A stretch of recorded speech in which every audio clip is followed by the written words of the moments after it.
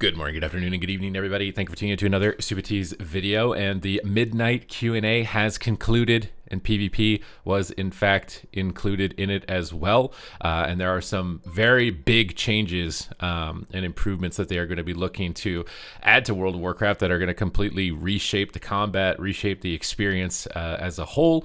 So in today's video, I wanted to cover some of those major overhauls, or at least the preliminary stages of them. Remember, the alpha is coming out tomorrow.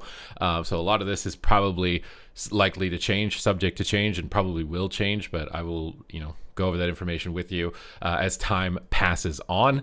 The first major change is that they are changing how crowd control is going to function in PvP. This has obviously been a major complaint from anybody, right?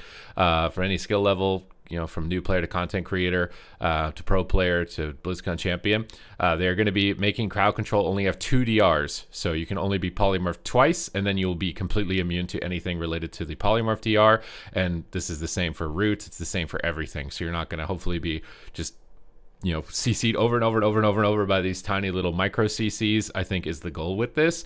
However, do note that they are reducing the amount of time that you have to spend before you can CC again. So before you had to wait 18 seconds before you could fully CC someone, now you're only going to have to wait 16 seconds before you can get another full polymorph. But hopefully this is going to look at alleviating some of the pain points where you can get just crowd controlled over and over relentlessly, and you're just like infurious by that type of situation. This also does increase the value of PvP trinkets like adaptation, which gets you out of crowd control above a certain time period, because now there's going to be less crowd controls that are lower than that with the removal of the third DR. So there may actually be strategy shifts, which then that would get you out of a huge amount of crowd controls, right? I'm thinking this could potentially increase the value of the human racial with your trinket ability to get out of stuns, and then adaptation in order to get out of longer crowd controls could have serious implications. But this is a change that I've actually been advocating for throughout the war within, so I'm interested to see it play out. I think that this is a type of change though that needs to be tested very thoroughly, because I think there's a lot of lingering things and issues possibly that could come of it, or it could be the saving grace of how crowd control operates in the game and lead to a better experience overall. So I do hope that this is something that is going to be tested out and can be kind of maybe reversed on if it doesn't end up working out with the intent that I believe is intended with it. We've got some class-specific changes that are very massive. The first one that comes off the list from Skillcapped here is that Cheap Shot is now going to have a 12-second cooldown, but it will have 2 charges. So no longer are you going to be able to cheap shot the entire team like RMP. This is like a massive nerf towards RMP, because this is how the comp engages in combat, is by the rogue cheap shotting 3 targets, so no one can interact with the mage casting polymorph or the druid casting cyclone or the priest moving in to get fears. So this is like in my opinion, a very significant nerf to RMP. It basically means that the rogue can only cover 2 targets. Another player will have to cover the third. And if they're unable to, then there will be a gap, and then more players will be able to interact with that chain of CC. And also that chain of CC will be coming down a lot, because you won't be stunned 3 times, polymorph 3 times, you'll only be polymorph twice. So this is a very interesting change. Hopefully this means that rogue will play more like other melee DPS, because right now Subtlety Rogue in particular is like, it's an entirely different animal compared to any other melee with how you play around Cheap Shot and Shadow Dance. So with this going to 2 charges, likely your damage is going to have to go up, and you may end up feeling more like other melee DPS.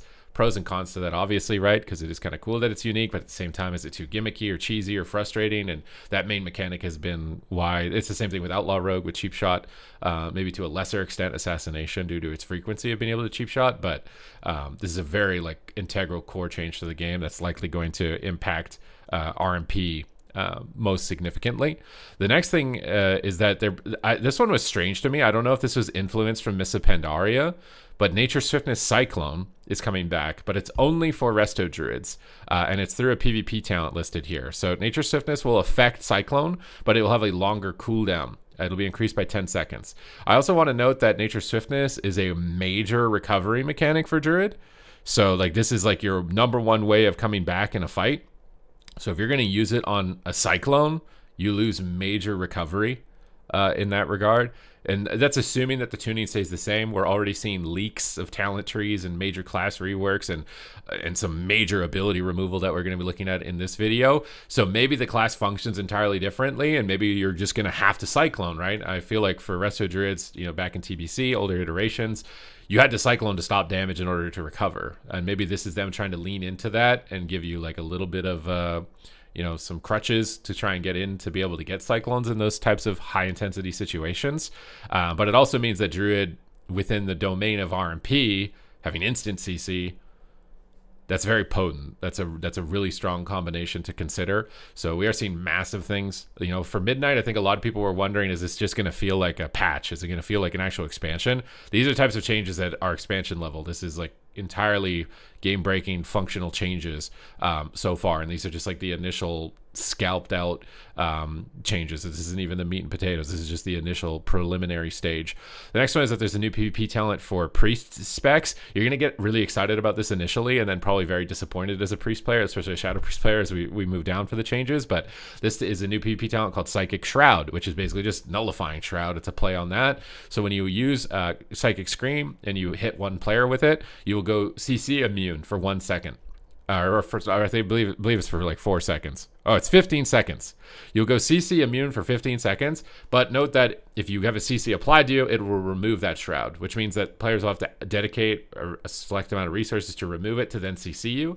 I believe that you'll also be immune to interrupts, because I do believe that nullifying shroud is interrupts. Maybe it's not, though. If it's not interrupts, it's just going to be reducing the crowd control. So you can see that there's an overall trend, although the Nature Swiftness Cyclone is a little bit against the trend, but the overall trend is crowd control. How can we make it less annoying? How can we enable classes that typically get trained down to be able to have more windows, like casters, right? I feel like a lot of casters in the current PvP game is like, man, you just get bullied by melee DPS. What are you supposed to do? So tools are coming in to deal with that. We are seeing Paladin nerfs, not to the current patch, but probably the most substantial nerf that Paladin will ever receive in the game's history right here. Searing Glare is going to replace Blinding Light, and you might be thinking it's going to replace Repentance as well, because those are shared on the talent tree. Repentance is just deleted. Repentance is straight up deleted. It's no longer in the game. That's the biggest nerf to Paladin. It's going to remove a lot of synergy that this class had, specifically with classes that had Fear or Cyclone DRs, because those two crowd controls chained together gave you a really long crowd control chain. And now with that removal, that's no longer going to be the case. You're going to lose a lot of synergy, whether you're holy or ret, a lot of synergy with fear classes, because Blinding Light, doesn't overlap, and then you have to lose Blinding Light just to get Searing Glare in general. So this is a major nerf to that. It's going to reduce crowd control by a huge volume in those types of compositions and those types of matchups. So very big nerf in that regard. They did look at PvP rewards, and this is the initial one. I don't know if this is going to be the only one, because obviously this is like pretty surface level, but basically Gladiator is dropping by 100 rating. Elite Gladiator or Strategist, doesn't matter, or Legend. It'll now be 2300, so the 50 or 100 wins above 2300 rating will grant you those titles. They think that those titles are still a little bit too exclusive, and obviously within the domain of MMR being based off of the population of the game, population of the game is not high enough to support these cutoffs being that high. I think that they could take this even further. I think that rank 1 titles in all these brackets are also way too strict. The fact that some specs only have 3 spots, I think that this highlights cheating as a major issue, because if 3 people are cheating, well, there you go. That's all 3 spots for your spec in rank 1, and nobody else can get it. It also means that rank 1 is going to be like, I don't know, almost 1,000 rating higher than the Gladiator cutoff, which seems really weird. So I would like to see more slots opened for more specs. You got to be careful with tanks and how cheesy they can get. Maybe they shouldn't be the same number of spots. This is an idea that I've brought up in the past, but I would like them to actually look at it for this, because if Gladiator's too high, well, then what about rank 1? Because that's even more elitist, and the cheating is a lot more prevalent as well towards those higher levels, and opening more slots like top 50 or top 100 gets you that title. I think would alleviate some of the cheating issues, and also motivate more people to actually go for it, because right now it's some specs is just like, it's just not going to happen. Obviously I don't want it to be like too lower the bar too far, but there's going to be a massive gap between 23 and the top of the ladder for rank 1 that I think definitely needs to be addressed. And the biggest one of all that I'm surprised they are doing, I don't know if this is for PvP only because skill capped is highlighting this, or if it's across the game in general. Obviously, there's a lot of abilities. They want to start pruning abilities down, but I cannot believe that they're going after these abilities, which are heavy cooldowns. These are abilities that I think PvEers find to be like major parts of the rotation that make you feel really good on damage on trash mobs, and I thought they would never do this because of that. But it's also been a major issue, at least in PvP, because then it's very scripted and you only feel like you do damage during these windows. So they're removing many cooldowns. Now, likely, again, this is early alpha. I'm sure that they'll respond to feedback, and likely this will be a list that's iterated on multiple times. But for example, they want to remove Apocalypse for Death Knight. This ability has PvP talents baked around it. Means that I think you'd have to use Army of the Dead now instead of it. But obviously, I think the exchange is that you'll get more damage outside of that cooldown window. Coordinated Assault for Survival Hunter. So you're going to lose mobility from this because it charges you to your target. It dashes you, as well as a huge amount of mechanics, because it gives you stacks that amplify the damage of your other spells. So this is a big loss in that regard. Shifting Power, which honestly I like as mage. Finding opportunities like sneak away and reduce the cooldowns of some of your spells. RMP is getting nerfed heavily with that because now the mages will have less blinks, which is also a mobility nerf. It's a power nerf, and they're also removing Icy Veins. So like that big one-shot window, one-shots in general, if they go after target these cooldowns, likely not going to be the case. And it makes the barrier to getting into the game less daunting because you don't need to be worried about like, did I perfectly coordinate this cooldown stack with all of these CCs in order to hit the peak to be able to kill the target, because that has to be achieved or the target doesn't die. A lot of those conditions can likely be more focused on and honed in on, which could be good. But if those aren't honed in on, I don't know. This is so big, it's right. And Storm, Earth, and Fire for Monk, like your major cooldown damage being gone. Now a lot of monks are probably happy because now it's like, my big window where I get spam CC'd and can't do anything is gone. Now I'm just going to do damage the whole game. Blessing of Seasons for Paladin. This one had a little bit of minor gameplay, right, with mana regen, cooldown reduction, and stuff like that. Most part uses a cooldown you just spammed. And you just pressed it as much as possible. And depending on the tuning of which season was the most powerful, that's the one that you tried to rotate to more quickly. Void Shift, which is the ability to swap your health with another player, is also looking like it's possibly going to be retired. Symbols of Hope, Mana Recovery, likely going to be retired. This is what I was talking about for Shadow Priest. Psychic Horror, so your stun, your ability to lock down. So you are getting that thing where you fear, and then you'll be able to be immune to CC, but you're going to be losing your stun. So a lot of these instant stuns are going away. The 2 DRs of crowd control, a lot of these powerful damage cooldowns. Shaman is getting, in my opinion, a much needed pruning down. Call of the Elements is going away. Stone Bulwark Totem is going away. Primordial Wave is going away. So removing the one-shot cooldown, removing a keybind. Earthen Wall Totem, which I'm sure all resto shamans are so pleased to finally see, because in PvE, I don't think you ever play it. And in PvP, having your DPS play around this is literally impossible. And most of the time, it's a useless cooldown.